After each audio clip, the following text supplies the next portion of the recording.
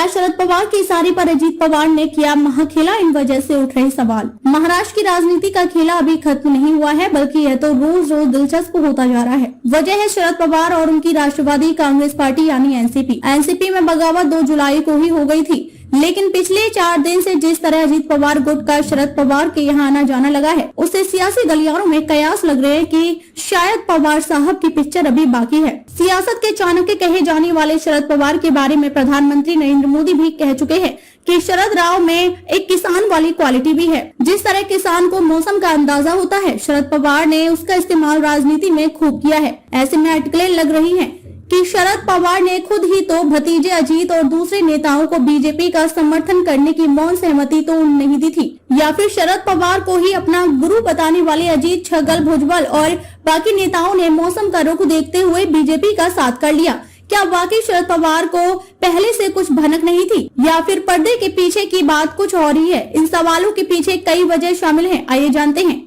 4 दिन में चाचा भतीजे की तीसरी मुलाकात। सोमवार को अजीत पवार ने पिछले 4 दिन में तीसरी बार शरद पवार से मुलाकात की। 2 जुलाई के बाद पहली बार वह शुक्रवार शाम को शरद पवार के आवास सिल्वर ओक पहुंचे थे।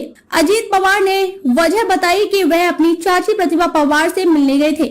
उनके हाथ की सर्जरी हुई थी। अजीत पवार उनके काफी करीबी भी बताए जाते हैं। इसके बाद रविवार दोपहर अजीत पवार अचानक अपने मंत्रियों के साथ वाईबी चौहान सेंटर पहुंचे। सूत्रों के मुताबिक वहां शरद पवार पहले से एक मीटिंग में व्यस्त थे। अजीत गुट वहां पहुंचा और पवार के पैर छूकर माफी मांगी, साथ ही एनसीपी की एकजुटता के लिए साथ आने की अपील की। इस दौरान शरद पवार चुपचाप सबकी बात सुनते रहे, लेकिन खुद कुछ नहीं कहा। सोमवार को भी अजीत गुट वाईबी चौहान सेंटर में शरद पवार से मिलने पहुंच गया। इस बार उनके साथ समर्थक विधायक भी मौजूद थे। शरद पवार से दोबारा साथ आने की अपील की गई, लेकिन उन्होंने चुप्पी साध रखी।